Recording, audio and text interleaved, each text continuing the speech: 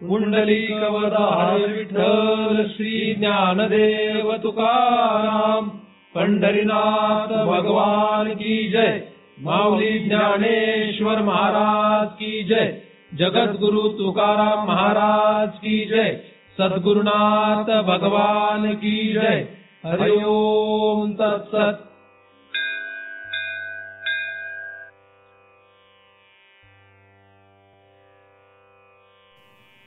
ध्यानमूलं गुरुमूर्ति, पूजामूलं गुरुपदम, मंत्रमूलं गुरुर्वाक्यम, मुक्तिमूलं गुरुकृपा.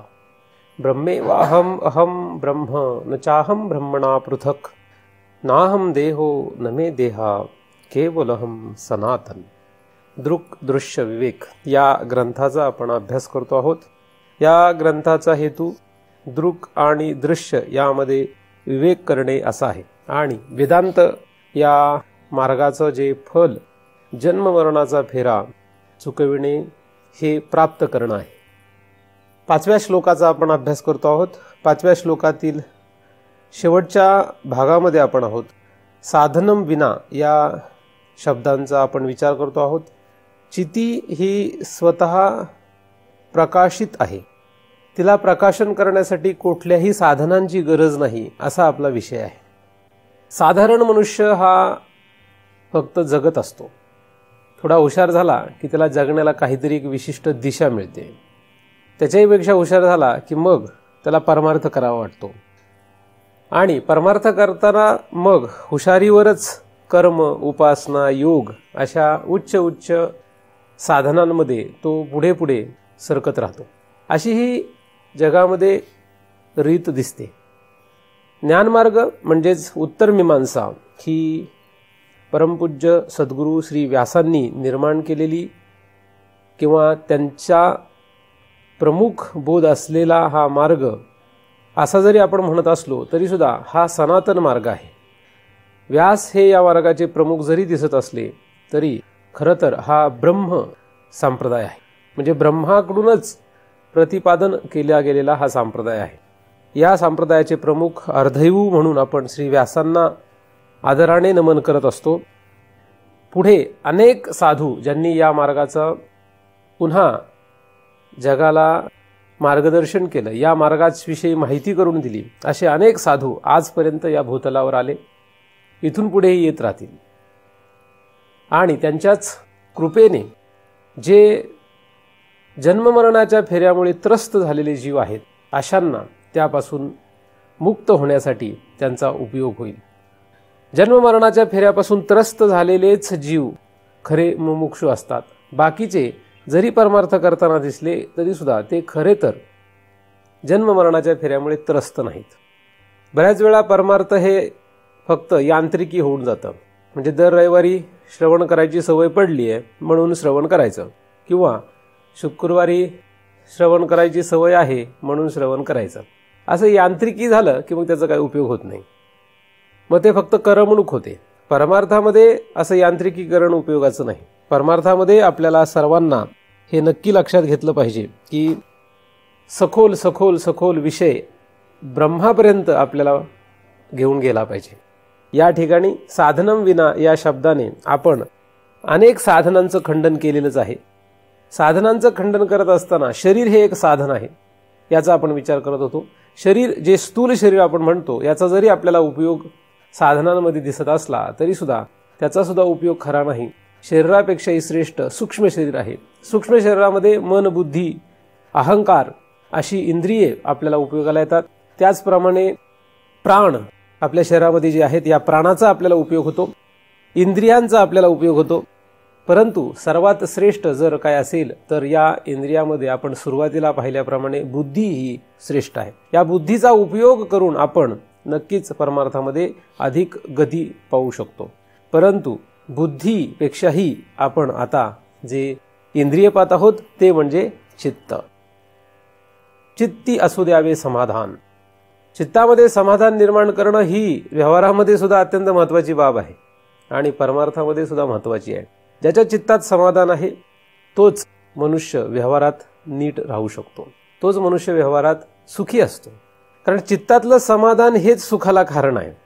ज्याचं चित्तात समाधान नाही त्याला सुख राहणार नाही. मग त्याच्याकडे किती पैसा आहे याला किंमत नसते. पैशावर सुख नसून चित्तामधल्या समाधानावर सुख आहे.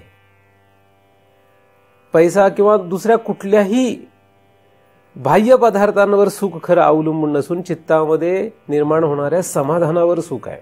बाह्य पदार्थाच्या साह्याने आपल्या चित्तामध्ये समाधान निर्माण करता येतं असं साधारण माणसाला वाटतं. म्हणून साधारण माणसं बाह्य पदार्थांचा उपयोग करून चित्तात समाधान निर्माण करू पाहतात.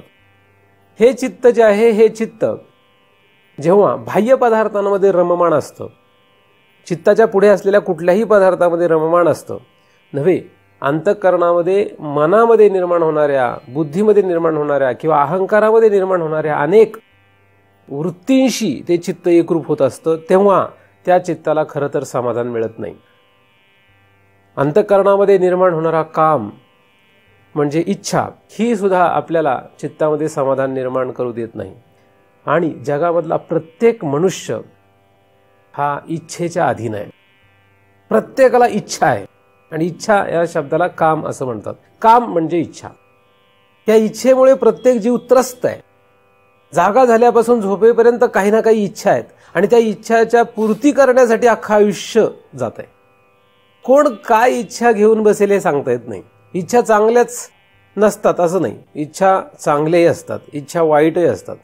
वाईट आणि चांगल्या अशा दोन्ही इच्छा आपल्या आतमध्ये आहेत आणि या इच्छेच्या पूर्तीसाठी अख्खं आयुष्य आपण धडपड करत राहतो. कोणाची काय इच्छा असेल सांगू शकत नाही. मग एकमेकाच्या इच्छा कशा चांगल्या आहेत, कशा खराब आहेत, कशा चुकीच्या आहेत, कशा बरोबर आहेत याचा विचार करण्यामध्ये बराचसा वेळ जातो. म्हणजे मला जी निर्माण होणारी इच्छा बरोबरच आहे असं मला वाटतं आणि त्याला निर्माण होणारी इच्छा मात्र चुकीचीच आहे असं मला वाटतं. आणि त्याला पण तसंच वाटतं की त्यालाही निर्माण होणारी इच्छा त्याला बरोबर वाटते आणि मला निर्माण होणारी इच्छा त्याला मात्र चुकीची वाटते. काही काही वेळेस दोघांना एकमेकाच्या इच्छा बरोबर वाटतात. म्हणजे दोघांच्या इच्छा जुळतीलच असं नाही, दोघांच्या इच्छा जुळणार नाहीतच असंही नाही. परंतु अख्खं जगत जे जगलंय या इच्छेवर जगलेलं आहे. इच्छेशिवाय जगताच येत नाही. काहीतरी इच्छा असल्याशिवाय जगू शकत नाही. इच्छा पाहिजे, इच्छेशिवाय जगता येणार नाही. परंतु या इच्छेमध्ये मनुष्य इतका गुरफटलेला आहे, त्या इच्छा पूर्ती करण्यासाठी तो इतका गुरफटलेला आहे की नक्की काय करायचंय, फक्त इच्छा पूर्ती करणं एवढंच त्याला टार्गेट वाटतंय. आणि ती इच्छा पूर्ण झाली की सुख, मग समाधान वाटतं चित्तात. आणि इच्छा पूर्ण नाही झाली की असमाधान वाटतं, म्हणजे दुःख. समाधान आणि असमाधान म्हणजे सुख आणि दुःख हे चित्तामध्ये का निर्माण होत आहे, त्याला कारण आहे काम म्हणजे इच्छा. कामे नेले चित्त. हे चित्त जे आहे हे कामे नेलेले आहे. म्हणजे काममुळे चित्त नेले म्हणजे वाया गेलेलं आहे. कामे नेले चित्त. मग त्याच्यामुळे झालंय काय, नेदी अवलोकू मुख. आता काम हा जो आहे या काममुळे चित्त वाया गेल्यामुळे म्हणजे दूषित झाल्यामुळे आता नेदी अवलोकू मुख. मुख म्हणजे भगवत मुख, भगवंताचं मुख दर्शन होणं, मुख पाहायला मिळणं आता शक्य नाही. नेदी म्हणजे पाहता येणार नाही. म्हणजे तुकोबाने हा जो अभंग लिहिला आहे तो स्वतःवर आरोप करून लिहिलेला आहे. म्हणजे माझं चित्त कामाने व्याप्त झाल्यामुळे, माझ्या चित्तामध्ये काम व्याप्त असल्यामुळे मला तुझं मुख पाहता येत नाही. अशा रीतीने मी सासुरवासी झालो, अशा रीतीने माझे हाल. कारण सासुरवास म्हणजे हालत, वाईट परिस्थिती. दुःख भोगणे म्हणजे सासुरवास. तर सासुरवास या शब्दाचा अर्थच मुळात दुःख असा आहे. सासुरवाशीने म्हटलं की दुःख असं गृहीत धरलं जातं. मग तसं जेव्हा या चित्तामध्ये काम व्याप्त होतो तेव्हा भगवंताचा विचार होऊ शकत नाही. ज्याला भगवंताचा विचार करायचा असेल त्याला या चित्तामधून काम बाजूला काढलं पाहिजे. काम जर बाजूला काढता आला, कारण कामच्या पुढेच बाकीचं सगळं आहे. काम, मोह आणि लोभ हे नरकाची द्वारे मांडली जातात. त्यातलं काम हा प्रमुख आहे. कामामुळेच पुढे लोभ आणि मोह आहे. काम जर असेल तर पुढे मोह आणि लोभ होतो. काम नसेल तर लोभ आणि मोहाचा प्रश्न येत नाही. आणि काम, लोभ, मोह यांच्यामुळे असंख्य पुढे उत्पाद तयार होतात. म्हणून काम हा प्रमुख आहे. म्हणून काम चित्तामध्ये व्याप्त असेल तर आपलं सगळं गडबड होणार आहे. मग या कामला आपल्याला चित्तातून काढावं कसं, हा मोठा प्रश्न आहे. इच्छाला कसं काढावं, आणि इच्छा जर काढली तर जागणार कसं, हा मोठा भयंकरच मोठा प्रश्न निर्माण झाला नाही का. सोपं काम म्हणजे काय, कमीत कमी अशा इच्छा ठेवू नका की ज्याने तुम्हाला असमाधानच निर्माण होत राहील. बऱ्याच वेळा आपल्याला असं वाटतं की आपल्या इच्छा बरोबर आहे पण समाधान मिळतच नाही. म्हणजे 1 करोड रुपये कमवायचेत अशी इच्छा आहे. आता विचार केला तर बरोबर आहे ना, नाही का. विचार केला तर बरोबर आहे, 1 करोड कमविणे ही काही इच्छा चुकीची थोडीच वाटते आपल्याला. कोणाला, जगामध्ये कोणालाही विचार, प्रत्येकाला वाटतं की पैसा कमवलाच पाहिजे. पण ते 1 करोड रुपये जेव्हा कमवण्याचा विचार येतो तेव्हा त्याच्यासाठी लागणारं जे काही पुढच्या प्रक्रिया आहेत, जे काही क्रिया कराव्या लागतील, त्याच्यामध्ये निर्माण होणारं जे दुःख आहे, असमाधान आहे, त्याच्यामुळे ते 1 करोडला काही किंमत राहत नाही. 1 करोड पासून सुख मिळायच्या ऐवजी दुःख मिळतंय. म्हणून 1 करोड कमवण्याची इच्छा, काम जो आहे तो योग्य नाही.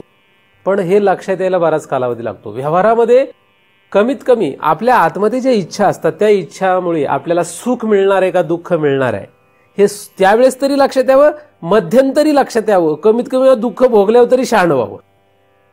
बऱ्याच वेळा काय होतं की एखादी इच्छा निर्माण झाली की आपण लगेच विचार करतो आणि आपल्याला कळतं की या इच्छेमुळे दुःख तयार होऊ शकतं बरं का.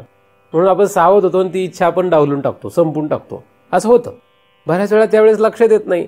पुढे ती प्रक्रिया सुरू केली त्या इच्छापूर्तीसाठी की मग मध्ये लक्षात येतं की अरे ही अशी इच्छा ठेवल्यामुळे आपल्याला दुःख भोगावं लागतंय. मग मध्ये थांबावं ते बंद करून टाकावं.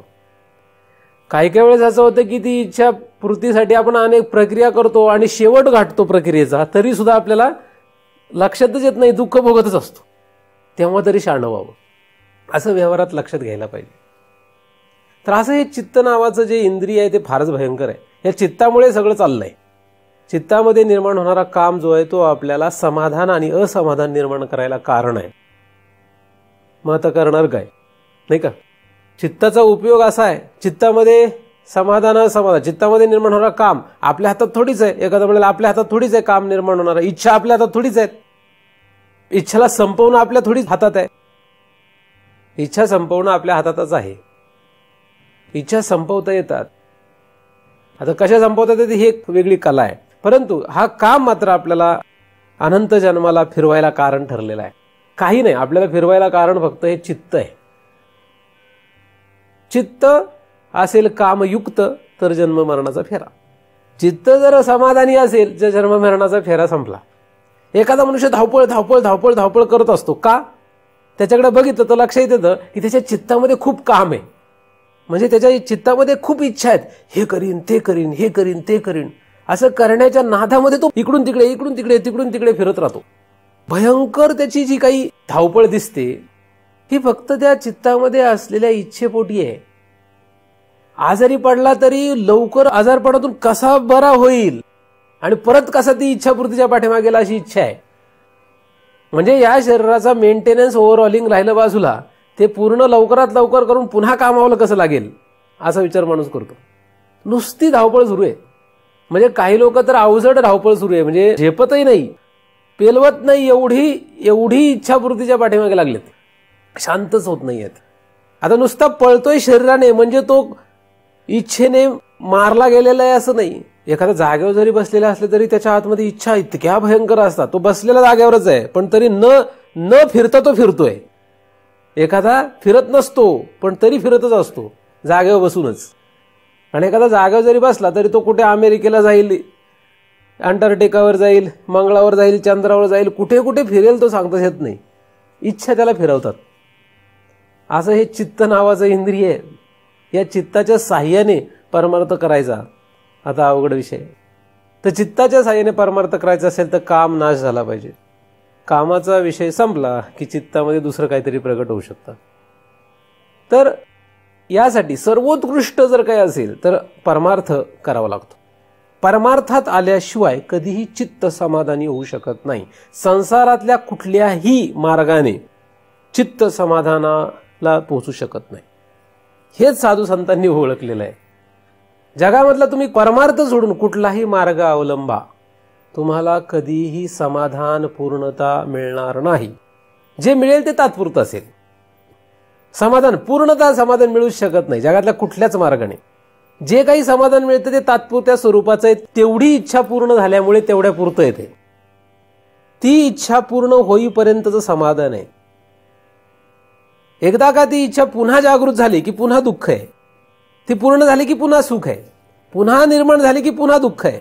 अशा रीतीने सुख दुःख सुख दुःख सुख दुःख म्हणजे समाधान असमाधान समाधान असमाधान असा हा खेळ चालू राहणार आहे. पूर्णता समाधान असा विषयच येत नाही. म्हणून परमार्थ हाच एकमेव त्याला उपाय आहे. त्याच्यामध्ये कर्म उपासना योग कुठल्याही मार्गाने करा, कारण चित्ताचा उपयोग कर्म उपासना आणि योग या तिन्ही मार्गात आहेच. अधिक ज्ञान मार्गामध्ये सुद्धा पोषक धरलेला आहे. कर्म मार्गामध्ये सुद्धा चित्ताचा उपयोग करून घेता येतो, उपासना मार्गामध्ये पण करून घेता येतो आणि ज्ञान मार्गामध्ये आणि योग मार्गामध्येही करून घेता येतो. ज्ञान मार्गामध्ये आपण विचार करणार आहोत. ज्ञान मार्गामध्ये या चित्ताचा उपयोग काय करण्यात येतो. भक्ती हा शब्द जो आहे, हा भक्ती शब्द ज्ञान मार्गामधला जो भक्ती शब्द आहे, त्यामध्ये भक्त होणे म्हणजे विभक्त न राहणे आणि विभक्त राहणे म्हणजे व्यभिचार. ज्ञान मार्गामध्ये व्यभिचार कशाला म्हणतात. ज्ञान मार्गामध्ये व्यभिचार म्हणजे विभक्त राहणे, भगवंतापासून वेगळा राहण्याला व्यभिचार म्हणतात. विश्व आणि आपण एकच आहोत, भगवंत आणि आपण एकच आहोत असं व्यभिचार रहित चित्त होणं ही समाधान पावण्याची सर्वोत्कृष्ट अवस्था आहे. या कारणे भेदाते, भेद भेद ठेवणं याला भक्ती म्हणत नाहीत. या कारणे भेदाते सांडुनी अभेदे चित्ते, भेदाते सांडुनी अभेद चित्ते म्हणजे अभेदात्मक चित्त होणं. या कारणे भेदाते सांडुनी अभेदे चित्ते आपण सकट माते जाणावे गा. जाणावे म्हटले की ज्ञान मार्गाला जाणणे, असं जाण. काय जाण. भेदरहित चित्त, अभेदात्मक चित्त म्हणजे भेद सांडणे, अभेदात्मक चित्त करणे आणि आपणा सकट माते जाणणे. माते म्हणजे भगवंताला, म्हणजे भगवंताला स्वतः सकट जाणणं. अशी जी अवस्था चित्ताची होते त्याला ज्ञानमार्ग असं म्हणतात. हा ज्ञानमार्ग आहे खरा. पण हे करणार कसं. भेदाला सांडावं लागेल, भेद सोडला पाहिजे, भेद नको. आता भेद नको भेद नको भेद नको असं म्हटलं की लोक व्यवहारातच हा शब्द भेद नको असा शब्द वापरतात. म्हणजे बरेच लोक म्हणतात बाबांनी आम्हाला काय भेद शिकवलेला नाही. भांडण न करणे म्हणजे लोक म्हणतात भेद शिकवलेला नाही. म्हणजे गोड गोड आपण एकत्र बोललो की समजायचं आपल्यात भेद नाही का. म्हणजे प्रयोग व्यवहारात लोक मग कधी कशाचा करते सांगता येत नाही. भेद भेद म्हणजे काय आणि अभेद म्हणजे काय हे चित्तामध्ये प्रगट झालं पाहिजे. भेद म्हणजे काय, भेद कशाला म्हणावा आणि अभेद कशाला म्हणावा. चित्तामध्ये हे जर लक्षात आलं, जाणलं, भगवंतासह आपणासह भेद आणि अभेदाचा जर निर्णय लागला तर चित्त समाधानी होईल. मग चित्त एकदा समाधानी झालं की प्रश्न मिटला. तुम्ही म्हणाल मग पुढे जायची गरज काय, या साधनाशिवाय ते प्रगट कसं होणार आहे. नाही, मुळात जोपर्यंत आपण भगवंताला जाणत नाही, म्हणजे जोपर्यंत दृक जाणणार नाही तिथपर्यंत समाधान तयारच होत नाही. म्हणजे चित्ताचा उपयोग तेव्हाच आहे चित्त परिपूर्ण समाधान पावलं तर होतं. चित्ताची खरी परिपूर्णता आहे समाधान अवस्था. चित्ताचं चैतन्य होणं, चित्त चैतन्य रूप होणं, यासाठी आपल्याला आपल्या सकट भगवंताला जाणलं पाहिजे. म्हणजे तत् आणि त्वम या दोघांची एकी साधली पाहिजे. म्हणजे याचा अर्थ सरळ आहे की जाणायला पाहिजे काय, आपणा सकट माते. आपण म्हणजे त्वम आणि माते म्हणजे तत्. तत् आणि त्वम यांचा अभ्यास या दोघांना एकत्रित जाणण्यालेच अभेदात्मक चित्त होतं आणि भेद सांडला जातो. भेद सांडल्याने अभेद येत नाही. अभेद आला म्हणजे आपण कळतो असं नाही. आपण कळलो म्हणजे माते म्हणजे भगवंत कळतो असं नाही. तर भगवंत कळला म्हणजे आपण कळतो किंवा आपण कळलो तर भगवंत कळतो. इथे दोघांचा परस्पर संबंध आहे. आणि हे जर झालं तर अभेदात्मक चित्त तयार होतं आणि अभेदात्मक चित्त तयार झालं तर चित्तामधला भेद जातो. आणि जेव्हा चित्तातला भेद जाईल तेव्हाच खरं चित्त समाधान अवस्थेवर येतं. म्हणजे चित्त हे साधन मुळात उपयोगालाच येत नाही आपल्याला, नाही का.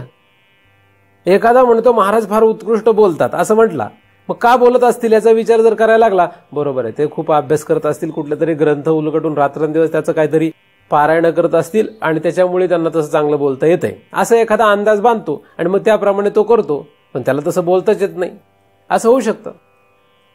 आतमध्ये काय हे बघायला पाहिजे. चित्त समाधानी व्हायला चित्त साधन नाहीये. चित्ताला समाधान मिळण्यासाठी चित्त हे साधन नाही. चित्त समाधान रूप होण्यासाठी चित्त साधन नाहीये. चित्ताला सुद्धा समाधानी करायला आपल्याला भगवंताला समाधानी नाही करायचंय. चैतन्याला चैतन्य करायचं नाहीये, चित्ताला चैतन्य रूप करायचंय. नाही, चित्त हे चैतन्य रूप होण्यासाठी चित्ताचा उपयोग नाही. चित्त हे चैतन्य रूप होण्यासाठी चित्ताचा उपयोग नाहीये, चैतन्याचा उपयोग आहे. पण लोक चित्ताच्या द्वारे चैतन्याला चैतन्य करायला लागलेत. हे तर उलटच आहे. साधन काय आणि साध्य काय हे कळलं पाहिजे. मुळात चित्त जे आहे हे चित्त चिंता रूप आहे. आपण असा विचार केलाय. आपला अभ्यास काय? काम म्हणजे चिंता. मागच्या चिंतनामध्ये आपण काय विचार केला? काम म्हणजे चिंता. मागच्या वेळेस चिंता विचार केला. आज मी तुम्हाला एक प्रमाण काम या रूपाने सांगितलं. काम आणि चिंता एकच आहे. काही वेगळं आहे का काही? चिंता म्हणजेच काम. रात्रंदिवस चिंता म्हणजेच काम आहे. आता चांगलं वाईट असं काही समजू नका. कोणी जरी तुम्हाला म्हटलं तुमची चिंता जी आहे की तुमचं काम जे आहे, तुमची जी इच्छा आहे ती योग्य नाही, तरी काही घाबरू नका. त्याची जी इच्छा आहे ती बरोबरच हे कशावरून नाही का? एखादा तुम्हाला म्हटला तुम्ही काय आळंदीला चाललेत, काय तुम्ही आळंदीला जाण्याची इच्छा ठेवताय, याला काय अर्थ आहे काही? मग तो जेव्हा असं म्हणतो तेव्हा तो काय करत असतो याचं बघायचं. त्याची इच्छा काय? मग त्याची इच्छा असेल मुंबईला जायचं. आता त्याची मुंबईला जाण्याची इच्छा आहे, तुमची आळंदीला जाण्याची इच्छा आहे. तुम्ही म्हणता आळंदीला जाणं बरोबर आहे, तो म्हणतो मुंबईला जाणं बरोबर आहे. मग दोघांपैकी कोणाची बरोबर आहे इच्छा? परस्परांचा विचार केला तर एकमेकांची इच्छा एकमेकांसाठी चुकीची आहे, स्वतःसाठी बरोबर आहे. दुसऱ्यासाठी चुकीची पण स्वतःसाठी बरोबर आहे. जगामध्ये जो वाद आणि भेद आहे तो काय? तुमची इच्छा जर मी बघितली तर मला असं वाटतं अरे हे चुकीचे आहेत सगळे, आणि तुम्ही जर माझी इच्छा बघितली तर तुम्हाला वाटतं अरे हे चुकीचे आहेत. असाच भेद तयार झालाय. भेद काय? भेद म्हणजे काय? तुमचं चुकतंय असं मी का म्हणतो? कारण तुमची इच्छा मी पाहतो. यांची काय इच्छा दिसते? यांची इच्छा दिसते पॅन्ट शर्ट घालण्याची, आणि माझी इच्छा काय? माझी इच्छा धोतर शर्ट घालण्याची. आता जुळत नाही ना. मग मी म्हणतो ते चुकीचे आहेत, ते म्हणतात हे चुकीचे आहेत. मग अशा रीतीने भेद निर्माण होतो. हा भेद मुळात नाहीये. त्यांची इच्छा तर असू द्या, माझी इच्छा तर असू द्या. भेद का झाला जगामध्ये? भेद अशामुळे तयार झाला. हा भेद असं जाणार नाही, जाणारच नाही, गेलेला नाही कधीच. प्रत्येकाला वाटतं माझी इच्छा बरोबर, प्रत्येकाला वाटतं माझी इच्छा बरोबर. आपली इच्छा पूर्ण करण्यासाठी जेवढे योग्य पदार्थ भेटतात त्याचा आपण संग्रह करतो. अशा पदार्थांचा आपण साठा करतो. त्यांच्याद्वारे आपली इच्छा पूर्ण करण्याचा प्रयत्न करतो. आणि आपल्या इच्छेमध्ये थोडेफार जुळणारे जे लोक आहेत त्यांच्यासोबत आपण राहतो. तुमची एकदम संन्याशी प्रवृत्ती झाली. मला सांगा, तुम्ही घरामध्ये कोणाशी तुमचं पटेल? का नाही पटणार? न पटण्याचं कारण काय? एखाद्याची संन्याशी वृत्ती झाली म्हणजे संन्याशी इच्छा आहे त्याची. आता त्याचं बाकीच्या लोकांशी का पटत नाही? इच्छा जुळत नाही त्याच्या. मग बरोबर चुकीचं कोण? काही नाही, तो त्याच्या जागेवर बरोबर आहे, हा ह्याच्या जागेवर बरोबर आहे. मुळात भेद कुठे आहे? भेद इच्छेमध्येच आहे. आणि इच्छा कुठे आहे? चित्तात आहेत. म्हणून चित्तातला भेद सांडण्यासाठी आपल्याला काहीतरी करावं लागेल. चित्तातला भेद सांडण्यासाठी चित्त उपयोगाला कसं येईल? चित्त हे साधन कसं उपयोगाला येईल? चित्त चैतन्य रूप करणं, चित्त समाधानी करणं ही अवस्था आहे. ते साधन कसं होईल? लोक त्याला साधन करतात. माकडाला समाधी द्यायची ठरवली. आता माकडाला समाधी कधी लागेल? ते माकड आहे ना. माकड हा शब्द आला की संपला विषय. जे सदैव उड्या मारत राहतं जोपर्यंत जागा आहे तोपर्यंत, आणि सदैव नकला करत राहतं त्याला माकड असं म्हणतात, नाही का? हे स्वरूप आहे त्याचं. एखाद्या पदार्थाचं स्वरूप घेतल्यानंतर आपण सांगू शकतो की याला काय होणार याचं. त्याचप्रमाणे चित्ताचं स्वरूप काय? चित्त काय आहे? चित्त म्हणजे काम, चित्त म्हणजे इच्छा, चित्त म्हणजे ज्याच्यातून सगळं निघत राहतं बाहेर. आणि मग त्या इच्छा बरोबरच आहे असं आपण जगाला दाखवत राहतो. मी काय करणार? माझ्या ज्या इच्छा त्या बरोबर कशा आहे ते तुम्हाला शिकवत राहणार. तुम्ही काय करणार? तुमच्या इच्छा कशा बरोबर हे बाकीच्यांना शिकवत राहणार. असं प्रत्येक जण करत राहतो जगामध्ये. प्रत्येकजण आपली इच्छा कशी बरोबर आहे हे सगळ्यांना पटवून देण्याचा प्रयत्न करतात. जेवढ्यांना पटलं तेवढे आपले, नाही पटले ते म्हणते ते चुकीचे आहेत सगळे, आपणच बरोबर आहेत. सगळीकडे असं सुरू आहे. म्हणजे सगळेजण या काम शब्दात आहेत. चैतन्य नाही. आणि मग ही सवय असल्यामुळे याच कामच्या द्वारे किंवा याच चित्ताच्या द्वारे त्या चितीला जाणायला जाणार. कसं काय शक्य आहे? चितीच्या द्वारे चैतन्य कळून घेण्याचा प्रयत्न करणे असं होणारच नाही. कारण चुकीचे साधन वापरतोय, साधन चुकीचं वापरतोय हे कळायला पाहिजे. तिथपर्यंत उपयोग होणार नाही. साधन चुकीचं आहे हे कळलं पाहिजे. कुठल्या साधनाने काय करावं हे कळायला पाहिजे. कारण साधन जर चुकलं तर मग ती प्रक्रिया पूर्ण होत नाही किंवा नीट होत नाही. आता तोंडाने जर जेवायचं असेल तर कानात अन्न भरून जमत नाही. कारण तोंड हे साधन जेवण्यासाठी आहे, कान नाही. कान या साधनाने जेवण कसं होईल? साधन चुकलं ना. हे साधन आहे. तोंड जेवतं म्हणून तोंडाला तृप्ती होते काय? तोंड आता सुखावलं असं वाटतं काही लोकांना. काही लोकांचे तोंड सुखावतं, पोट नाही सुखावत. खरं पाहिलं तर पोट भरायला पाहिजे का नाही? लोकांचे तोंड भरतात ना. म्हणजे अन्न का खातो? उदाहरण म्हणून आपण घेऊया. अन्न का खातो आपण? क्षुधा शिरण्यासाठी, पोट भरणं म्हणजे भूक नाहीशी व्हावी, भूक शमावी यासाठी जेवण केलं जातं प्रामुख्याने. प्रमुख विषय काय? भूक शमावी हा जेवणाचा प्रमुख विषय आहे. पण लोक कुठपर्यंत आलेत? इंद्रिय रुची सारखे पाक इथपर्यंत आलेत. भूक शमने राहिला बाजूला. म्हणजे असं झालं, साधनाचा उपयोग नक्की कशासाठी होता तो राहिला बाजूला आणि भलत्याच ठिकाणी गेले. म्हणजे जीवेला जे बरं वाटतंय ते खाल्लं जातं. भूक शमवणे हा बाजूलाच राहिला विषय. म्हणजे भूक शमवण्याकडे लक्ष नसून इंद्रियांच्या रुचीकडे लक्ष जातं. असं होऊन जातं पुढे. तसंच आहे चित्त जे आहे, ह्या चित्तामध्ये नक्की चित्ताचं काम काय होतं? चित्ताचं नक्की काम काय आहे? चित्ताचं नक्की काम काय? खरं काम चित्ताचं समाधान. चित्ताचं काम काय? तुमच्या शरीरामध्ये नक्की समाधान कुठे होत असतं? समाधान कुठे होतं? ज्या ठिकाणी समाधान होतं त्या ठिकाणाला चित्त असं म्हणतात. मग सांगा, या चित्तामध्ये तुम्हाला समाधान आहे का? समाधानी आहे का? जो पळत असतो तो समाधानी नसतो. साधं गणित आहे. जो पळतो, पळत राहतो बसून सुद्धा. जो बसून सुद्धा पळतोय आणि जो पळूनही पळतोय हे दोघेही समाधानी कसे म्हणावेत? मग महाराज असो किंवा साधारण माणूस असो, महाराजाला सुद्धा पळावं वाटतं, साधारण माणसाला सुद्धा पळावं वाटतं. स्थूल शरीराने पळो किंवा सूक्ष्म शरीराने पळो, जे पळत राहतात त्यांचं चित्त समाधान पावलेलं नाही. आणि चित्ताचं काम काय? समाधानी राहणं, समाधान असणं. मग हे समाधान आपल्याला, चित्ताचं समाधान चित्तानेच मिळवायचं असं कधीच शक्य नाही. त्याला उपयोगाला मन येत नाही. म्हणजे चित्तात समाधान मिळवण्यासाठी आपण मनाचा उपयोग करतो, बुद्धीचा उपयोग करतो, अहंकाराचा उपयोग करतो, ज्ञानेंद्रिय, कर्मेंद्रिये, प्राण, शरीर, बाह्य पदार्थ एवढ्या सगळ्यांना वापरून बघितलंय आजपर्यंत आपण. चित्तात समाधान निर्माण करण्यासाठी अनंत जन्मांपासून आपण चित्ताच्या समोर असलेल्या सगळ्या साधनांचा उपयोग केलेला आहे आणि करतो आहोत. चित्तात समाधान निर्माण करण्यासाठी चित्ताच्या समोर मन, बुद्धी, अहंकार, पंच ज्ञानेंद्रिये, पंच कर्मेंद्रिये, पंच प्राण, शरीर, हे स्थूल शरीर, या शरीराच्या बाहेरचे असंख्य पदार्थ, या सगळ्यांचा उपयोग करून आपण बसलोय आणि करतो आहोत. आणि तरी आपल्याला लक्षात येत नाहीये की यांचा काहीच उपयोग नाहीये. म्हणजे साधना विना चित्त समाधानी करायचंय. ही साधना खंडित करायला पाहिजे. जेव्हा या साधनांचा विचार खंडित होतो तेव्हा चित्त या साधनावर आपण निघतो. फक्त चित्तावर लक्ष जातं.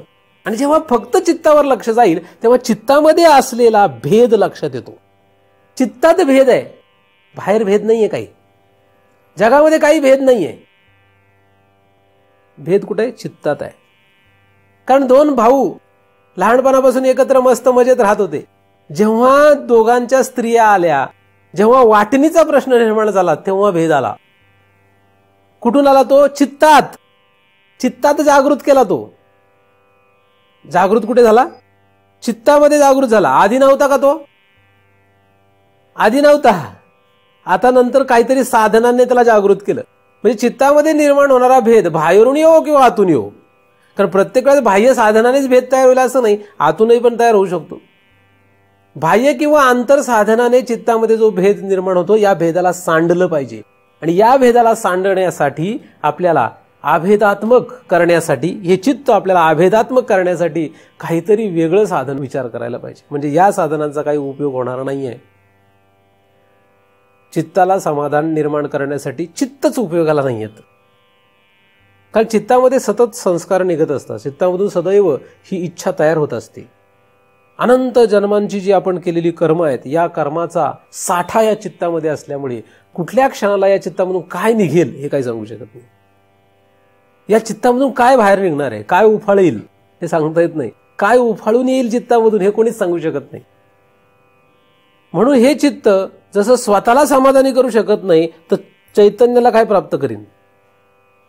चैतन्याचं समाधान प्राप्त काय करील? त्याला व्यवहारातलं समाधान प्राप्त करता येणार.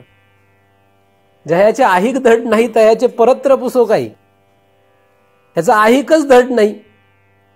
म्हणजे या चित्ताला समाधानी राहण्यासाठी याला बाहेरच्या जगतातून त्याला समाधान मिळवता येणार. तो तिथं सुद्धा हातबल आहे, तिथे त्याचा उपयोग होत नाही. तर आतलं समाधान त्याला कसं मिळेल, कसं प्राप्त करायला? त्याच्या या साधनांच्या द्वारे. म्हणून ते साधनांचा उपयोग होणार नाही. कुठल्याही साधनांचा उपयोग चित्ताने करू नये. मग करावं काय? मग कुठलं साधन वापरावं?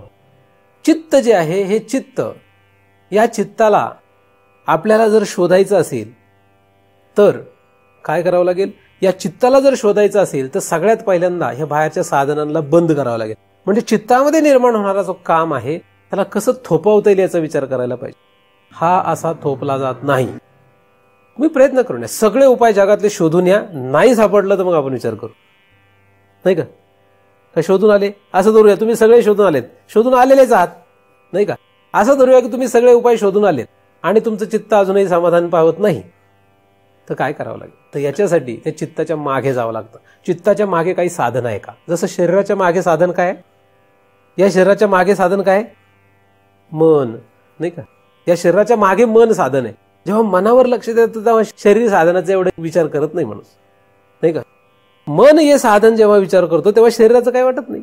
शरीर साधनाचा विचार दुय्यम होऊन जातं, ते दुय्यम आहे. तसं चित्त हे दुय्यम साधन झालं पाहिजे. चित्तामध्ये जरी ज्ञानमार्गामध्ये असं सांगितलं असेल की त्या ठिकाणी अभेद निर्माण व्हावा, भेद सांडावा, तरी तो काय असं डायरेक्ट होणार नाहीये. तिथे फल सांगितलंय, असं होतं. म्हणजे मन हे राम झाले असं प्रमाण आहे. आता मन हे राम झालं म्हणून एखाद्या मनावर प्रयोग सुरू केला तर कधीच मन राम होणार नाहीये. मन हे राम झाले असं सिद्धता आहे, ही सिद्ध अवस्था आहे. मन हे राम झाले. आता मन राम होण्यासाठी मनावर प्रयोग करून जमणार नाही. हे लक्षात यायला फार वेळ लागते, याला सहज लगेच लक्षात नाही येत. बराच कालावधीनंतर, अनंत जन्मांचा फेरा मारल्यानंतर लक्षात येतं की मन, या मनाला राम करायचं असेल तर मनाचाच उपयोग होत नाही. जसं आपल्याला ब्रह्मरूप होण्यासाठी आपला स्वतःचाच उपयोग होत नाही हे लक्षात यायला लागतं. आपणच एक कारण प्रत्येक जण राहतो, मी करतोच आता, बघ स्वतःला ब्रह्मरूपच करतो, आता मी करतोच, परमार्थ करणारच. आता ज्या दिवशी तुम्हाला लक्षात येईल की आपण काही करू शकत, तिथे कृपेची गरज असते. मनाला राम करण्यासाठी मनाचा उपयोग नाही, हे कळणं अवघड आहे. प्रत्येक जण स्वतःच शहाणपण का दाखवत आहे? कारण त्याला वाटतं मी करीन म्हणून. मग ते सद्गुरूला पण दूर लोटू शकतो. ज्याला स्वतःवर असं वाटलं की मी आता नाही, आता मी करणार माझं काम, तर ते सद्गुरूला पण म्हणले आहे तुम्ही बाजूला, आता मी करतो माझं. तसं होत नसतं. जसं मनाला स्वतःलाच राम करता येणार नाही, मन या साधनाने दुसरं करता येईल काहीतरी, पण मनाला राम करायचं असेल तर मन उपयोगाला नाहीयेत, हे कळावं लागतं. त्याचप्रमाणे चित्ताला चिद्रूप करण्यासाठी, चित्ताचं चैतन्य होण्यासाठी दुसरं साधन आहे, आणि ते साधन आहे आपल्या शरीरामध्ये असलेला जीव. काय? आपल्या शरीरामध्ये जीव आहे. हा जो जीव आहे, हे जीव नावाचं साधन फार त्यापेक्षा श्रेष्ठ आहे. जीव पाहिजे. चित्त, चित्तापेक्षा श्रेष्ठ आहे जीव. म्हणजे चित्ताच्या मागे कोण आहे? जीव आहे. जसं मनाच्या आतमध्ये चित्त आहे तसं चित्ताच्या आतमध्ये जीव आहे. हा जीव आपण लक्षात घेतला पाहिजे. कारण चित्तामध्ये जे काही काम येतो त्या कामाशी तादात्म्य पावणारा जीव आहे. काय होतंय, जेव्हा चित्तामध्ये एखादी इच्छा येते त्या इच्छेला पुढे पाठवणारा, त्या इच्छेवर अहम धरणारा, त्या इच्छेला प्राणेंद्रियाद्वारे, प्राणाद्वारे, इंद्रियाद्वारे, शरीराद्वारे पूर्ण करण्याचा प्रयत्न करणारा जीव आहे. तो काय करतो, याच्यावर तादात्म्य धरतो. चित्तामध्ये निर्माण होणाऱ्या इच्छेशी तादात्म्य जो पावतो तो असतो जीव. तुमच्या चित्तामध्ये काही पण इच्छा निर्माण होऊ द्या, त्याच्याशी कोण एकरूप झालंय बघा, जो एकरूप झालाय त्याला म्हणायचं जीव. चित्तामध्ये काहीतरी निघतं, हे निघालं की त्याच्याशी एकरूप झालेला कोण आहे ते बघायचं. ह्याला काही डोळे मिटायची गरज नाही. डोळे न मिटता हे लक्षात येतं. जसं जसं आपण थांबू, धावपळ बंद करू, कारण हे धावपळ करणाऱ्यांना लक्षात नाही येते. जो नुसता धावतोय त्याला हे लक्षात येत नाही. हे बघा, चित्तातून निघती इच्छा, इच्छेच्या पूर्तीसाठी तो लावतो कामाला कोणाकोणाला, मन, बुद्धी, अहंकार, प्राण, इंद्रिये, देह आणि ह्याच्या बाहेरचे अनेक पदार्थ. बरोबर आहे. जो यांच्यात अडकलाय, जो घरामध्ये अडकलेला आहे, घर हे साधन आहे. चित्तामध्ये निर्माण झालेल्या इच्छेच्या पूर्तीसाठी घर हे साधन आहे. आपण कुठे आलोय, चित्त कुठे आहे, आत आहे. मग या घराला कुठला रंग द्यावा, ह्याला कुठले पडदे लावावेत, किती लाखाचं फर्निचर करावं, बघा हे साधन आहेत. चित्त कुठे आहे, म्हणजे ह्या बाह्य पदार्थांपासून चित्त किती लांब आहे. आणि आपण कुठे आहे, आपण चित्तावर नाहीये, मनावर नाहीये, संकल्पावर नाहीये, बुद्धीवर नाहीये, निश्चयावर नाहीये, अहंकारावर नाहीये, इंद्रियावर नाहीये, प्राणावर नाहीये, शरीरावर पण नाहीये, घरावर पण नाहीये. घराला देणाऱ्या रंगावर आहे. त्याला कुठलं फर्निचर कर, त्या फर्निचरात घुसलोय. जीव कुठे, जीव कुठे माहितीच नाही. मग जिथपर्यंत हे मधली सगळी जी बाह्य साधनं आहेत, या साधनांना तुम्ही थांबवणार नाहीत, थांबवणार नाही म्हणजे ते थांबत नाहीत, त्यांच्यात तुम्ही घुसणं थांबवणार नाही, तिथपर्यंत तुम्हाला या चित्तामध्ये निर्माण होणाऱ्या इच्छेशी एकरूप होणारा जीव लक्षात येणार नाही. चित्तामध्ये निर्माण होणारा कुठलीही इच्छा, त्या इच्छेशी जो एकरूप होत असतो जीव, तो जीव जर लक्षात घ्यायचा असेल तर आपल्याला काय करावं लागेल, इकडे थांबावं लागेल, शांत व्हावं लागेल. घराला कुठलाही रंग द्या, आपल्याला काही फरक पडत नाही, नाही दिला तरी फरक पडत नाही. फर्निचर 1 लाखाचा असो नाही तर 50 कोटीचं असो किंवा नसो, त्याला म्हणतात इग्नोर मोड. इग्नोर म्हणजे इग्नोर, काही गोष्टी इग्नोर करायच्या असतात, दुर्लक्ष, काही गोष्टी दुर्लक्ष करायच्या असतात, मग समाधान राहतं. जसं गावात किती डुकरं आहेत, कोणी कोणी मोजलेत, आणि ते डुकरं किती घाण खातात, केवढा वास सुटतो सगळीकडे. मला सांगा, रोज तुम्ही लक्ष दिलं तर काय होईल, काय होईल सांगा. रोज लक्ष दिलं. मी कालच एका गावातून जात होतो, मला आठवलं एकदम लहानपणी मी जेव्हा शाळेत जायचो तेव्हा बघायचो, त्या डुकरांची वस्तीच बघायचो, इतकी घाण, इतकी. मला कालच आठवलं, म्हटलं मग पूर्वीचे लहानपणाच्या गोष्टी आठवल्या. मी जेव्हा विचार करतो, अरे ही डुकरं एवढी इतकी घाण करतात, इतकी घाण, म्हणजे सगळं घाणच होतं ती, तिथे लक्ष. आणि आता डुकरं आहेत पण लक्ष देत नाही, आता समाधानी. त्यावेळेस मात्र फार टेन्शन यायचं, काय या डुकरांनी घाण करून ठेवली सगळी. आता नाहीत का मग डुकरं, आता पण आहेत. तेव्हा नव्हती का, तेव्हा पण होती, तेव्हा होती, आता पण आहेत. गावामध्ये डुकरं तेव्हा पण होती, आता पण आहेत. पण आता फरक काय, लक्ष देत नाही त्याच्याकडे. म्हणून काय, समाधान. समाधान आहे म्हणजे हे व्यवहार सांगतोय मी, अजून हे व्यवहारातल्याच गोष्टी आहेत. अशा रीतीने जगामध्ये अनेक गोष्टी अशा आहेत की ज्याच्यामध्ये तुम्ही लक्ष घालू नका. नाही पण याला काय अर्थ आहे का, मला काही गोष्टीला लक्ष द्यावंच लागतं बरं का. द्या मग, बघा तुम्ही द्याल तर जर पूर्ण होणार असेल तर मी म्हणतो देतच राहा. बऱ्याच वेळा माणसाला वाटतं आपण लक्ष देतोय म्हणून होतंय बरं का, हा अहंकार आहे. मग महाराजांना वाटतं मी व्यासपीठावर बसलो म्हणून हे सगळे मुक्त होतील बरं का. आता हा काय झाला, असं काही होत नाही. म्हणजे मला असं कधी कधी वाटतं की कुठेतरी निघून जावं, कुठे परागंधा गायब होऊन जावं. मग नंतर दुसऱ्या क्षणाला विचार करतो, अरे मग ह्या लोकांचं कसं व्हायचं. हा काय आहे, अहंकार. हा काय आहे, अहंकार. आणि जर महाराजांनी असं म्हटलं तर लोक महाराजांचा अहंकार जागृत करण्यासाठी प्रयत्न करतील. नाही महाराज असं कसं, तुम्ही गेले तर आम्ही कोणाच्या तोंडाकडे बघायचं. मग नवरा बायकोला म्हणतो, बायको नवऱ्याला म्हणते, सद्गुरू शिष्याला म्हणतो, शिष्य सद्गुरूला म्हणतो. अशा रीतीने जगत चाललंय सगळं अख्खं. एक सात्विक, एक राजसी, एक तामसी, हे की नाही. म्हणजे वेश्यागमन करणाऱ्याला वाटतं की ही वेश्या जर मेली तर आपण कसं पुढे जगणार, आणि तिला असं वाटतं हे गिऱ्हाईक जर मेलं तर आपण कसं जगणार. काहीच होत नाही असं.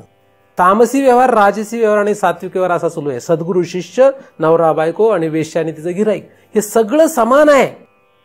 इग्नोर मोडमध्ये तुम्हाला काय काय टाकता येते ते बघा. दुर्लक्ष करा काही गोष्टींवर. एवढं सोपं नाही ते दुर्लक्ष करणं, पण जेव्हा केव्हा तुम्ही हे करू शकाल, ज्या ज्या गोष्टींमुळे तुम्हाला चित्तातलं असमाधान जास्त तयार होतंय त्या त्या गोष्टीवर तरी कमीत कमी विचार करा. मुलगा असो, मुलगी असो, सून असो, जावई असो, नातवंड असो, आईबाप असो, कोणी असो, यांना इग्नोर करा.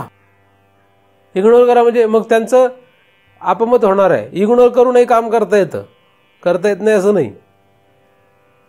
आपण एखाद्या ऑफिसमध्ये कामाला जातो, त्या ऑफिसमधल्या कामात आपण सगळी व्यवस्थित करतो. मला सांगा, त्या ऑफिसमधल्या कामामध्ये किंवा त्या ऑफिसमध्ये असणाऱ्या लोकांमध्ये आपलं चित्त गुंतलेलं असतं का? कधी गुंततं का सांगा? मग ऑफिसचं काम होत नाही का? होतं का नाही होतं?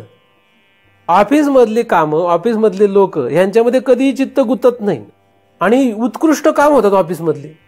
मग कोण म्हटलं तुम्हाला की चित्त गुंतवलं म्हणजेच काम होतंय? चित्त न गुंतवताही काम होतात जगामध्ये सगळी. मग आपण कशाला नको त्या गोष्टींमध्ये चित्त गुंतून बसतो बरेच वेळा. हे गुंतवणं बंद करा. जर जिथपर्यंत चित्त ह्या अनेक गोष्टींमधून बंद होईल, याच्यातून बाहेर येईल, तेव्हाच ते, म्हणजे मी 3 उदाहरणातून तुम्हाला राजस, तामस आणि सात्विक अशा तिन्ही प्रकारच्या काम मधून बाहेर येण्यासाठी सांगतोय. एकच नाही, तिन्ही. याच्यातून जेव्हा तुम्ही बाहेर याल तेव्हा भेद कमी होईल. तो भेद पूर्णतः जाऊच शकत नाही तसा. जेव्हा हे कमी होईल तेव्हा चित्तामध्ये निर्माण होणारी जी इच्छा आहे, चित्तात निर्माण होणारा जो भाव आहे, जी इच्छा आहे, ती आपल्याला लक्षात येईल की ही इच्छा अशी निर्माण होते आणि त्या इच्छेशी आपण एकरूप होतोय. आणि जेव्हा असं लक्षात येईल तेव्हा चित्तामध्ये निर्माण होणारा काम आणि जीव हे कसे आहेत हे लक्षात यायला लागेल. म्हणजे जीवाची ओळख व्हायला लागेल. तुम्हाला जीव कळून घ्यायचा असेल तर हे करा, जीव कळून घ्या. जीव कळण्यासाठी चित्तामध्ये निर्माण होणाऱ्या कामवर लक्ष द्यावं लागतं, तर जीव कळतो. आणि चित्तातले काम कळायचं असेल तर बाह्य साधनांना काय करावं लागतं? दुर्लक्षित करावं लागतं. जेव्हा बाह्य साधनांना, बाह्य प्रक्रियेवर दुर्लक्ष कराल तेव्हा चित्तातला काम लक्षात येईल. आणि चित्तातला काम लक्षात आला की मग आपल्याला जीव लक्षात येईल. मग जीव लक्षात आलं की लक्षात येतं की जीवाने चित्ताला चालवलंय. चित्त जड आहे. काय लक्षात येईल? चित्त चालतच नाही. मनाने सगळं चालवलंय असं पहिल्यांदा वाटतं, पण नंतर लक्षात येतं मन जड आहे. मनाला काय करताच येत नाही. चित्ताने चालवला होता हा खेळ, चित्तामध्ये असलेल्या संस्काराने हा खेळ चालवला होता असं लक्षात येतं. पण जेव्हा तुम्ही त्या संस्काराकडे बघाल तेव्हा संस्कारही जड आहे असं लक्षात येईल. या संस्काराला वळवळ करायला होणारा जीव आहे. संस्कार जे आहेत, चित्तामध्ये निर्माण होणारी प्रत्येक इच्छा म्हणजे काम जो आहे तो मुळात जड आहे. त्या कामला म्हणजे त्या इच्छेला वळवळ करायला होणारा जीव आहे. जिथपर्यंत तो जीव त्याला वळवळ करायला लावत नाही तिथपर्यंत पुढचं काही होत नसतं. हा जीव जो आहे, हा जीव का झाला हा एक मोठा प्रश्नच आहे. परंतु हा जो जीव आहे हा जीव साधन आहे. आपण चित्त या साधनापेक्षा श्रेष्ठ साधन काय धरतोय आता? जीव हे एक साधन आहे. मग जीवाने आपल्याला परमार्थ करायचा आहे. आतापर्यंत आपण परमार्थ करण्याच्या पायऱ्या बदलत चाललोय. परमार्थ कशाने करावा? चित्त तुमचं कसंही असू द्या, समाधानी असू द्या किंवा असमाधानी असू द्या. तुम्ही म्हणाल नाही ना चित्त समाधीने असायला पाहिजे असं तुकोबाने सांगितलंय, पण ते कुठली अवस्था सांगितली? सिद्ध दशा सांगितली आहे. मन हे राम झाले, मग तुम्ही म्हणाल मन हे राम असायला पाहिजे असं तुकोबाने सांगितलंय. नाही, ते राम होणार आहे पुढे. तसं चित्त चिद्रूप होणार आहे ही अवस्था आहे, म्हणजे ही सिद्ध अवस्था आहे. पण त्यासाठी आपल्याला आधी इकडे बघावं लागेल. तर चित्त जे आहे हे चित्त आपल्याला जर लक्षात घेतलं तर या चित्ताच्या मागे असलेला जीव आपल्याला लक्षात येईल. चित्त लक्षात घेणं म्हणजे काम लक्षात घेणे, इच्छा लक्षात घेणे. जीव लक्षात आला, म्हणजे जीव आपल्या शरीरामध्ये असलेला आपलाच जीव आपल्यालाच लक्षात आला, तर मग आपल्याला लक्षात येतं की चित्त हे जड आहे. चित्त कसं आहे? जड आहे. मग चित्तामध्ये निर्माण होणारी इच्छा सुद्धा जड आहे. पण ती इच्छा पुढे अनेक गोष्टी निर्माण करते. ज्या इच्छा असतात त्या दोन प्रकारच्या असतात. इच्छा ज्या असतात त्या दोन प्रकारच्या असतात, चांगली वाईट, पापरूप पुण्यरूप, धर्मरूप अधर्मरूप. मग ह्याच्यातल्या त्या चित्तामधल्या कुठल्या इच्छा पूर्ण होतात, कुठल्या इच्छा पूर्ण केल्या जातात? जीवाला ज्या वाटतात त्या. चित्तामध्ये निर्माण होणाऱ्या सगळ्याच इच्छा पूर्ण करता का तुम्ही? तुमच्याच चित्तात निर्माण होणाऱ्या तुमच्याच इच्छा तुम्हीच सगळ्या पूर्ण करता का नाही करता? मग कोण ठरवतंय? जीव ठरवतो. जीव ठरवतो काय करायचं आणि काय नाही करायचं. मग त्याला सहाय्य बाकीचे सगळे करतात, साधनं तो वापरतोच सगळे, परंतु हा जीव जो आहे तो यांचा उपयोग करून त्या इच्छेच्या पूर्ण करणं न पूर्ण करणं ठरवतो. मग हे जर जीवाच्या हातात आहे तर परमार्थ करायचा का व्यवहार करायचा हे कोणाच्या हातात आहे? जीवाच्याच हातात आहे. काही लोक म्हणतात नाही आता होईल तसं बघू, आता भगवंत काय करतोय. भगवंत काय करणार आहे? तो काय करत नाही. तुम्ही ठरवा परमार्थ करायचा का व्यवहार करायचा. जीव ठरवणार, तुमच्या शरीरामध्ये असलेला जीव ठरवणार आहे आता मी परमार्थ करणार. काय करायचं हा जीव ठरवणार आहे, महाराज ठरवणार नाहीत. कोण ठरवेल? जीव ठरवेल. मन ठरवणार नाही. मन तर फक्त जीवाप्रमाणे वागणार आहे. मन कोणाप्रमाणे वागतं? कामप्रमाणे वागतं. बुद्धी कोणाप्रमाणे वागते? कामप्रमाणे वागते. बुद्धी मनाने निर्माण केलेले संकल्प विकल्प यांचा निश्चय करणे एवढंच काम करते. बुद्धीचं काम काय? बुद्धी निर्णय नाही देत. खरं पाहिलं तर बुद्धी खरा निर्णय देत नाही. बुद्धी काय करते? चित्तामध्ये जो काम असतो, इच्छा असते, ती इच्छा जेव्हा मनाकडे येते ते मन त्याला संकल्प विकल्प ठरवतं. म्हणजे म्हणतं हे संकल्प आहे किंवा हा विकल्प आहे, तेव्हा बुद्धी फक्त त्याच्यावर स्टॅम्प मारते. बुद्धी बाकी काय करते? मग आलं कुठून हे सगळं? हे आलं मागून चित्तातून. पण चित्तामधले असलेले जे संस्कार आहेत किंवा इच्छा आहे, काम हे जड आहेत. ते पुढे जातीलच कसे? त्याला जीव कारण आहे. तो जीवाद्वारे, जीवामुळे ते वाहतात. जीव जेव्हा या इच्छेला धरतो, या इच्छेवर आरूढ होतो, तेव्हाच ते पुढे कामाला सुरू होतं.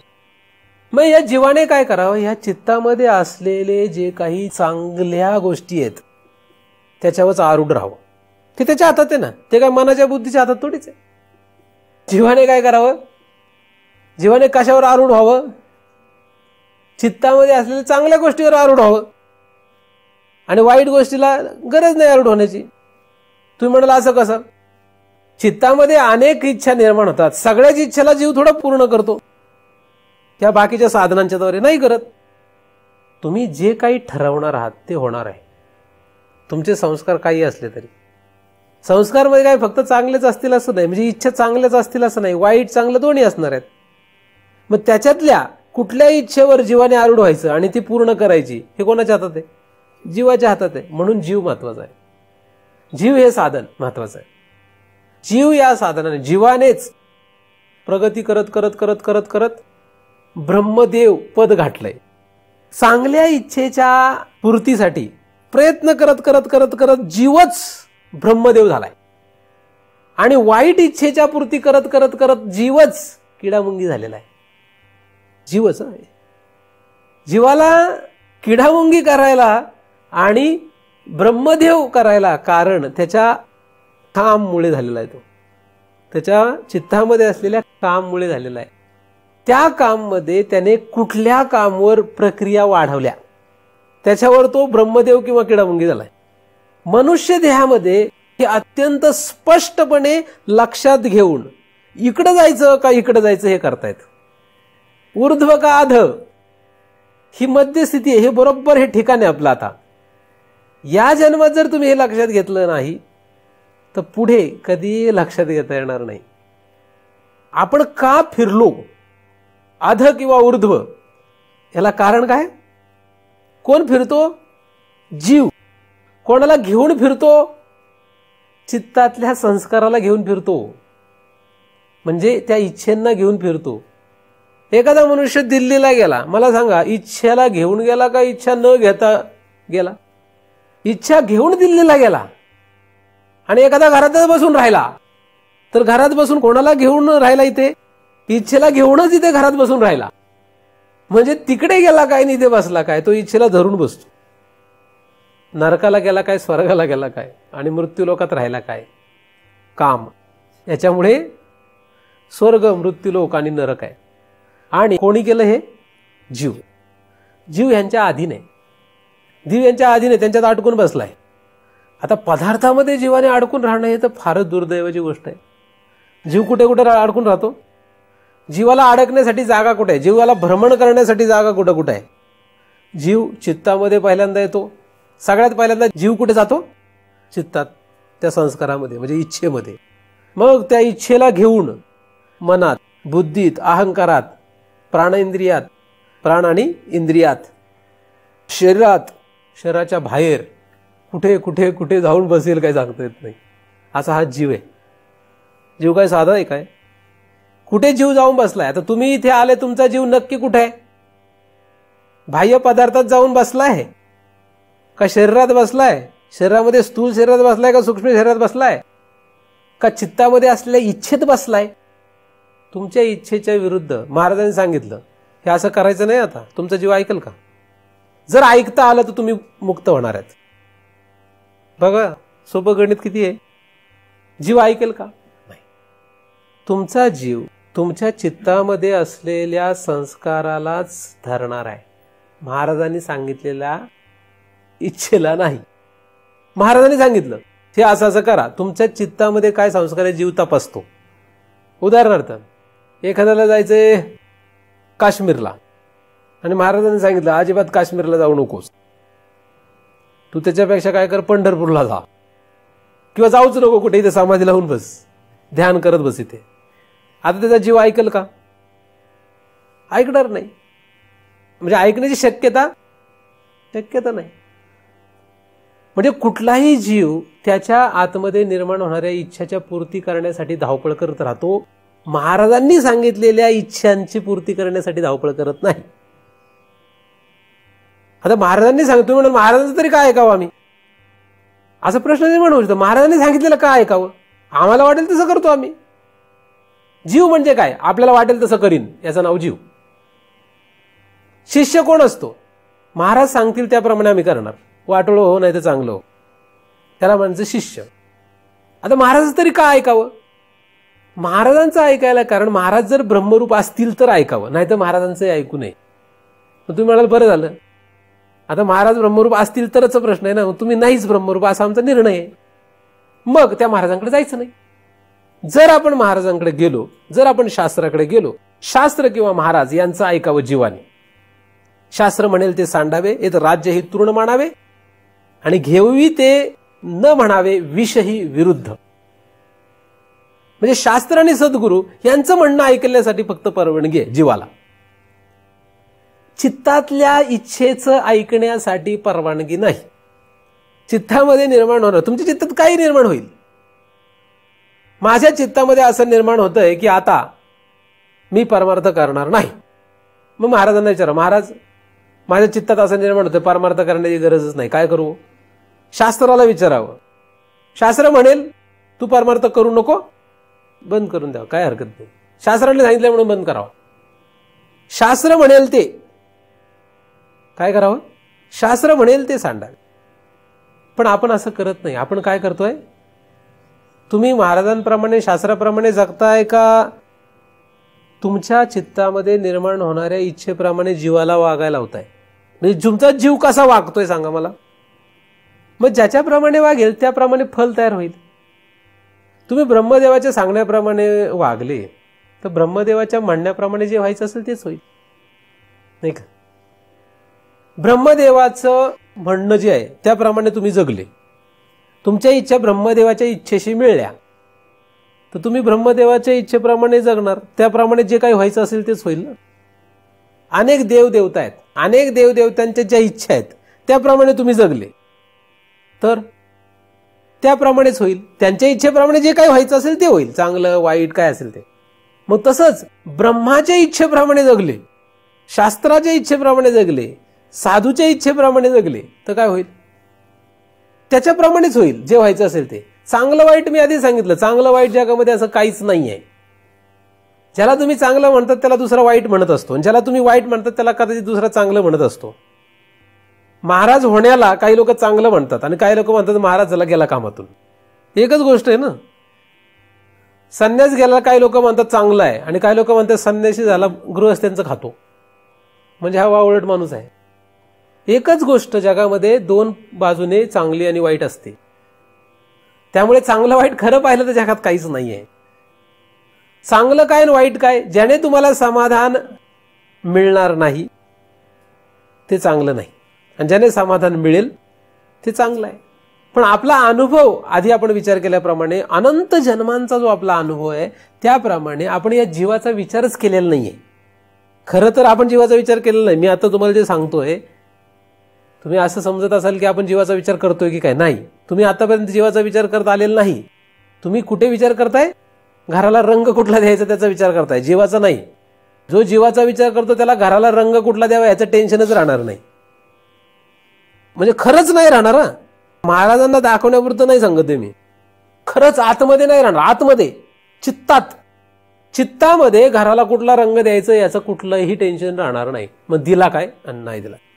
म्हणजे उदाहरण म्हणून घराचा रंग सांगतो. काही लोक म्हणतील आमच्या घराच्या रंगावर फार उठले, ते त्यांच्या घराला रंग दिलेला दिसत नाही वाटतं. एक उदाहरण म्हणून सांगतोय. रंग इतकी हालत वाईट आहे. जीव कुठला आलाय माहिती आपल्याला. जीव लक्षात घ्या, जो कधीही महाराजांचं ऐकत नाही, शास्त्राचं ऐकत नाही, काम ऐकतो. चित्तामध्ये निर्माण होणाऱ्या काम, वाटलं हे करावं, महाराजांचं काय पुढच्या शुक्रवारी ऐकू, तेवढं काय विशेष आहे असं म्हणतं ना चित्त. कोण म्हणतं? तुमच्या आतमध्ये असलेल्या चित्तामध्ये असलेले इच्छा तुम्हाला सांगतात अरे आपण हे सगळं करून येऊ, मग बघू महाराजांचं काय, ते जाणार कुठे तो इथंच येते. हे कोण ठरवतं? काम. तुमच्या आतमध्ये असलेला काम, त्या इच्छा ठरवतात. इच्छा आली की हे करायचंय आपल्याला. समजा 4-5 आठवडे तुम्हाला चिंतनाला यायचं नाही काही कारणाने, कुणी ठरवलंय? इच्छेने ठरवलं. इच्छा ठरवते की आपल्याला आता 4-5 आठवडे काही चिंतनाला जायचं नाही. मग आता जावं की नाही जावं की नाही असा विचार येतो. मग त्याला निर्णय कोण लावतं? मन, बुद्धी, अहंकार. म्हणजे इच्छेमध्येच आपण अडकून जातो. मग त्यावेळेस बाकी जीवाचा विचार येतच नाही. कारण एकदा का चित्तामधून इच्छा बाहेर आली की त्या इच्छेवर मन, बुद्धी, अहंकार हे सरळ काम करतात. ते काही टेन्शन घेत नाहीत, ते सरळ कामाला लागतात. सरळ कामाला लागतात. ऑटोमॅटिक सिस्टम आहे. तुम्ही असं समजू नका की मन फार हे करतं, बुद्धी फारच काहीतरी करत, काही करत नाही. ते ऑटोमॅटिक यांत्रिकी आहे ते सगळं.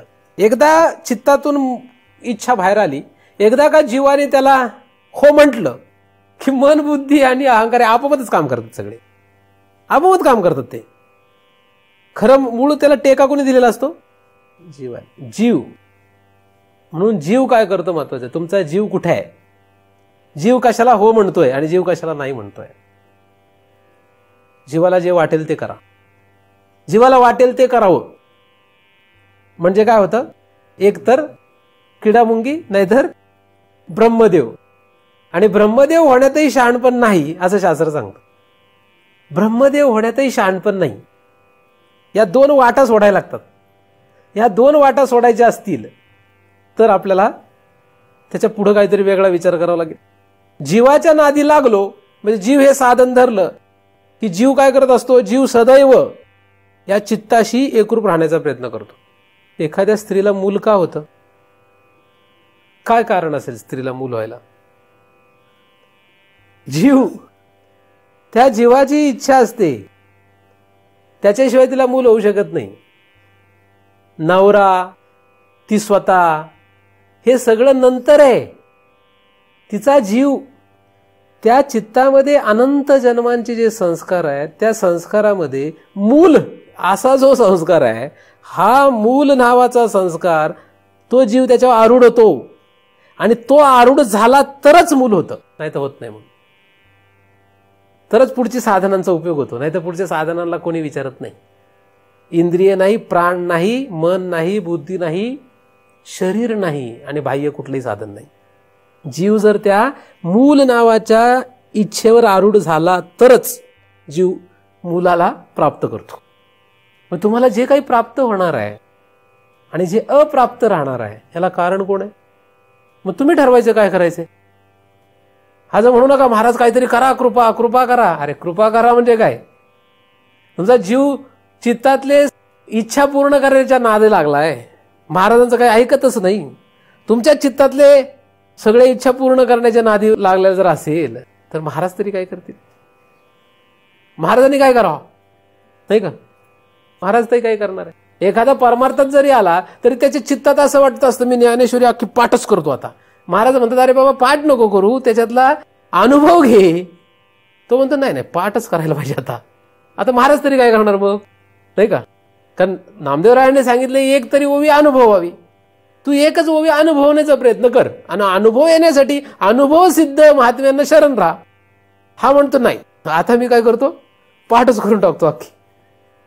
हे त्याच्या चित्तामध्ये असलेलं काम आहे. तो आपण परमार्थात सुद्धा व्यवहारामध्ये काम या भागावर जीव गुंतवण्याची जी सवय ठेवून होतो तीच सवय परमार्थात यायला ठेवतो आणि म्हणून जीवाचं कधी भलं होत नाही. जीव जो आहे हा जीव महाराजांकडे घेऊन जावा. महाराजांना म्हणावं हा जीव जो आहे हा सारखा चित्तातल्या इच्छेकडे जात असतो. तुम्ही याचं काय करायचं ते बघा. आम्हाला आता त्या चित्तातल्या इच्छेशी घेणं देणं नाही. आमच्या इच्छा मेल्यात. आर्मीमध्ये काय करतात माहितीये का? सोल्जर जर नीट असावा, त्याने जर युद्ध करावं असं जर वाटत असेल तर पहिल्यांदा त्याच्या इच्छा संपवाव्या लागतात. इच्छा जर त्याच्या मारल्या सगळ्या तरच तो सोल्जर होतो, नाही तर तो सोल्जर होत नाही. नाही तर तो म्हणला बायको घरी आहे, आता आई बापाचं काय करू, शेतीवाडीचं काय करू, मग तो सोल्जर नाही होत. का होईल? सोल्जर नाही. युद्ध करायचंय का? मग इच्छा मारल्या पाहिजे. तसं हे अनंत जन्माचं युद्ध आहे आपलं. आता याच्यात जर सोल्जर व्हायचं असेल, जिंकायचं असेल तर इच्छा साप खलास. महाराज म्हटले जिलेबी खा, खावी. महाराज म्हटले अजिबात जिलेबीला हात लावायचा नाही, लावायचं नाही. शास्त्र म्हणेल आळंदीतच राहावं. शास्त्र म्हणेल नाही जंगलात जा, जंगलात जावं. हे बघा मी म्हणतोय खरं महाराजांनी शास्त्र, पण महाराजांनी शास्त्र कळणं फार अवघड आहे. जगात जर सगळ्यात काही अवघड असेल साधन तर महाराज आणि शास्त्र ओळखणं. तुम्ही एक वेळ बायकोला ओळखू शकाल, नवऱ्याला ओळखू शकाल, संसारातल्या सगळ्या पदार्थांना ओळखू शकाल, पण 2 पदार्थ जगात ओळखता येत नाही. कारण हे जगातले सगळ्यात 2 गुह्यतम पदार्थ आहेत. एक म्हणजे शास्त्र आणि एक म्हणजे महाराज. कारण यांना जर ओळखलं आणि त्यांच्याप्रमाणे जर जीव वागला तर त्याचं कामच झालं. म्हणून हे लक्षात घ्या, ते सापडो अथवा न सापडो, तुम्हाला काय करायचंय, तुम्हाला तयार राहायचंय. तुम्ही म्हणलं आता बरं झालं तुम्ही सांगितलं ओळखायला अवघडच आहे, त्यामुळे तोपर्यंत आम्ही आमच्या चित्तामध्ये असलेल्या कामची पूर्तता करत बसतो. नाही, आपल्याला तयार राहायचंय. आपल्याला काय करायचंय, आपल्याला हा जो जीव त्या चित्तामध्ये असलेल्या कामची पूर्तता करत बसला होता त्याला थोपवायचंय, त्याला थांबवायचंय. तिथे कमीत कमी चित्तातल्या कामावर तिथपर्यंत राहा, त्याच्या पुढे घसरू नका. फार रंगापर्यंत, घराच्या रंगापर्यंत घसरू नका. घसरलेले आहोत तर सावध व्हा, जागे व्हा. आणि कुठे राहा, जीवावर राहण्याचा प्रयत्न करा. जीव गरजेपुरतं इच्छा पूर्ण करे. किती करा? कारण महाराजांनी शास्त्र ओळखणं अवघड आहे म्हणून सांगतोय. आता काय करा, गरजेपुरत्या इच्छा पूर्ण करा. जेवण किती करावं? गरजेपुरतं. बोलणं किती असावं? गरजेपुरतं. फिरणं किती असावं? सगळं. कुठलीही गोष्ट चित्तातून बाहेर पडली की जीवाने लगेच बघायचं त्याच्याकडे, म्हणायचं काय गरज याची. व्यवहारी शहाणा मनुष्य विचार करतो का नाही, याची काय गरज आहे. बस तसं शहाणा जीव हा व्यवहारातला शहाणा मनुष्य जसा सगळ्या गोष्टींना विचार करतो की असं करण्याची काय गरज आहे, त्याचप्रमाणे शहाण्या जीवाने काय करावं, विचार करायची काय गरज आहे, नाही का. मग तुम्ही जर चित्तामध्ये निर्माण होणाऱ्या इच्छेला जर असं म्हटलं काय गरज याची, जीवाने म्हटलं, तर मन आणि बुद्धी लगेच पळत येतात आणि ते सांगून देतात की काय गरज आहे. मन बुद्धी अहंकार हे गप्प बसत नाहीत, ते लगेचच तयार असतात. काय गरज आहे, याची काय गरज आहे. आणि नाही समजा तुमचे मन बुद्धी आणि अहंकाराचं तुम्ही ऐकलं नाही, इंद्रियाचं ऐकलं नाही, शरीराचं ऐकलं नाही, तर बाहेरचे पदार्थ तुम्हाला सांगायला येतात. जसं उदाहरणार्थ घरातला रंग द्यायचं नाही असं तुमच्या सगळ्यांनी ठरवलं. कोणी चित्तामध्ये आलं की घराला रंग द्यावा. आता चित्तामध्ये तुम्ही जीवाने ठरवलं की काही गरज नाही, मन म्हटलं नाही नाही द्यायला पाहिजे, मनालाही सांगितलं नाही गरज, बुद्धीने ठरवलं नाही द्यायलाच पाहिजे, तुम्ही म्हटले नाही गरज, अहंकार म्हटला अहंकाराला नाही म्हटले, इंद्रियांना नाही म्हटले, प्राणाला नाही म्हटले, शरीराला नाही म्हटले, सगळ्याला नाहीच म्हटले तुम्ही. मग बाहेरचे येतात. मग उदाहरणार्थ त्या पुरुषाची पत्नी येते, म्हणते काय आपल्याला रंग द्यायचा का नाही. मग तुम्ही म्हणता नाही नाही अजिबात नाही, रंग बिंग काय नाही, आता जमणार नाही. आता काय पुन्हा पुन्हा येतील, वेगवेगळे पदार्थ येतात, वेगळी माणसं येतात, काय ह्याला रंग द्यायला नको का. आता एखादा पाहुणाच येतो, तो पाहुणा आला की म्हणतो काय द्या की आता रंग. आता काय आपल्या इच्छा पूर्ण करण्यासाठी जीवाला त्या इच्छा पूर्ण करायला लावायला कोण जागृत होईल हे सांगता येत नाही, कोण कुठून येईन आपल्याला करायला हवीन हे सांगता येत नाही. आता तरी करा. असं आपल्या इच्छापूर्तीसाठी असंख्य लोक तयार आहेत, म्हणजे आपल्याला डुबवायला तयार आहेत. कशाला तयार आहेत, त्याला सांगायचं मला वाटलं तर रंग देईन ना, तुला काय घेणं नाही, असं म्हटलं तो येईल का परत आपल्या दारात. पण खरं असंच आहे, कोणालाही म्हणावं माझ्या चित्तामध्ये असं असं वाटलं, ते पूर्ण करायचं का नाही करायचं माझा जीव ठरवेल, तुला काय घेणं नाही. मला वाटलं तर करीन, नाही वाटलं तर उपाशी राहीन, नाही का, असं म्हणू शकतं ना. मग जीवावर येतो. आणि अशी लोक जगामध्ये लोकांना कोणालाही आवडत नाही. अशा प्रकारचे जीव कोणाला आवडत नाही. आणि जे जगाला आवडत नाही ते देवाला आवडतं. जो जगाच्या कामाचा नाही तो महाराजांच्या कामाचा आहे, जो जगाच्या कामाचा आहे तो महाराजांच्या कामाचा नाही. तुम्हाला कोणाच्या कामाचं राहायचंय हे तुमचा प्रश्न आहे. देवाच्या कामाचा व्हायचं असेल तर जगाच्या कामाचा राहू नये, जो जगाच्या कामाचा राहील तो देवाच्या कामाचा राहणार नाही. कोणी कोणाच्या कामाचं राहायचं हे ज्याचा त्याचा प्रश्न आहे. म्हणून तुमचा जीव अशा रीतीने साधन आहे. खरं साधन जे आहे आपल्या शरीरामध्ये ते जीव आहे. हा जीव या जीवाला साधन म्हणून उपयोगात आणण्याच्या आधी तो काय झालाय, जीव तर बाजूलाच गेला हे आपण पाहिलं. अजून आपण जीवाचा साधन या रूपाने विचार केलेला नाही. आपण फक्त जीव हा शब्द विचारात घेतलाय. आणि जीव लक्षात येण्यासाठी तुम्हाला मी सांगितलं की चित्तामध्ये असलेल्या इच्छेवर लक्ष द्या. जीवाने बरं का, मनाने बुद्धीने नाही, जीवाने लक्ष द्या. ते तुम्हाला शक्य आहे, ते तुम्हाला शक्य व्हावं यासाठी तुम्हाला जे काही करणं गरजेचं असेल ते तुमच्याकडून हो. कारण की कुठल्या साधनाने तुमच्या जीवाला चित्तामधल्या कर्माचा विषय लक्षात येईल हे काही सांगता येत नाही. चित्तामध्ये असलेल्या इच्छेंचा विषय लक्षात येईल हे सांगता येणार नाही. पण जे काही साधन असेल, जे काही उपयोगात येणार असेल ते तुम्हाला उपयोगात येऊ, ते साधन तुमच्या हातून हो अशी त्या भगवंताच्या चरणी प्रार्थना करतो. त्या भगवंताच्या कृपेने निर्माण झालेलं हे चिंतन त्याच्याच चरणी अर्पण करून इथेच पूर्ण विराम. पुंडलिक वरदा हरी विठ्ठल, पुंडलिक वरदा हरी विठ्ठल. श्री ज्ञानदेव तुकाराम पंढरीनाथ भगवान की जय. माऊली ज्ञानेश्वर महाराज की जय. जगत गुरु तुकाराम महाराज की जय. सद्गुरुनाथ भगवान की जय.